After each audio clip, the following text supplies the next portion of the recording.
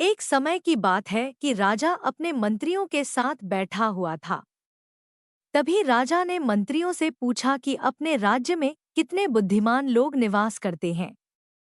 तब मंत्रियों ने राजा से कहा कि साहब, अपने राज्य में इस बात का पता लगाने के लिए हमें कोई प्रतियोगिता का आयोजन कराना होगा। तभी राजा ने कहा, कैसी प्रतियोगिता? मंत्रियों ने कहा, हमें यह प्रोग्राम बनाना होगा, राज्य में बुद्धिमान लोग कितने हैं। राजा ने मंत्रियों से कहा कि आप मुझे उस प्रतियोगिता का प्रारूप तैयार कर मुझे बताया जाए। अगले ही दिन मंत्रियों ने प्रतियोगिता का प्रारूप तैयार कर राजा के सामने पेश कर दिया। तब राजा ने मंत्रियों को हिदायत दी कि वह समस्त राज में घोषणा कर दी जाए कि हमारे देश में एक प्रतियोगिता का आयोजन किया जा रहा है। जो इन प्रश्नों का सही जवाब देगा उसे 5,000 मुहरें इनाम में दी जाएगी। प्रश्न कौन कौन से होंगे? पहला, आसमान को कौन छू सकता है? दूसरा, धरती की परिक्रमा कौन लगा सकता है?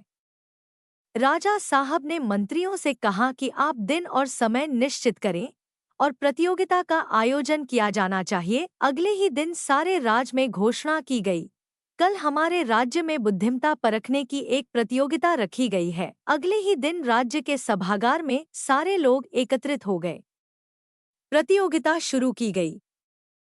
घोषणा पत्र पढ़ा गया। मंत्रियों ने कहा, कोई भी व्यक्ति इन प्रश्नों का सही जवाब देगा उसे 5,000 मुहरें इनाम में दी जाएगी। एक शर्त भी रखी गई थी कि 2 प्रश्नों में से एक प्रश्न का भी सही जवाब देने पर भी उसे वही इनाम दिया जाएगा।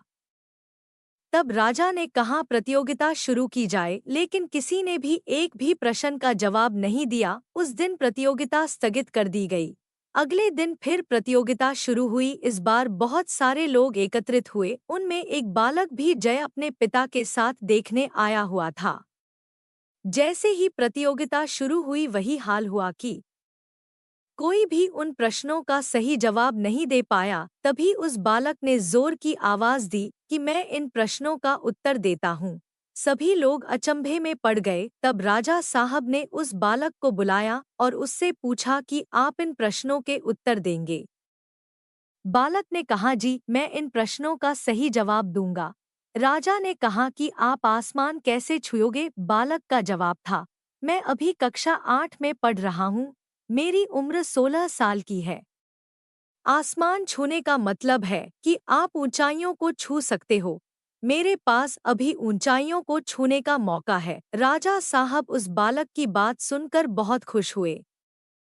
बालक को 5,000 मुहरें इनाम में दी गई और राजा साहब ने उसके साथ पढ़ाई का सारा खर्च उठाने की घोषणा की।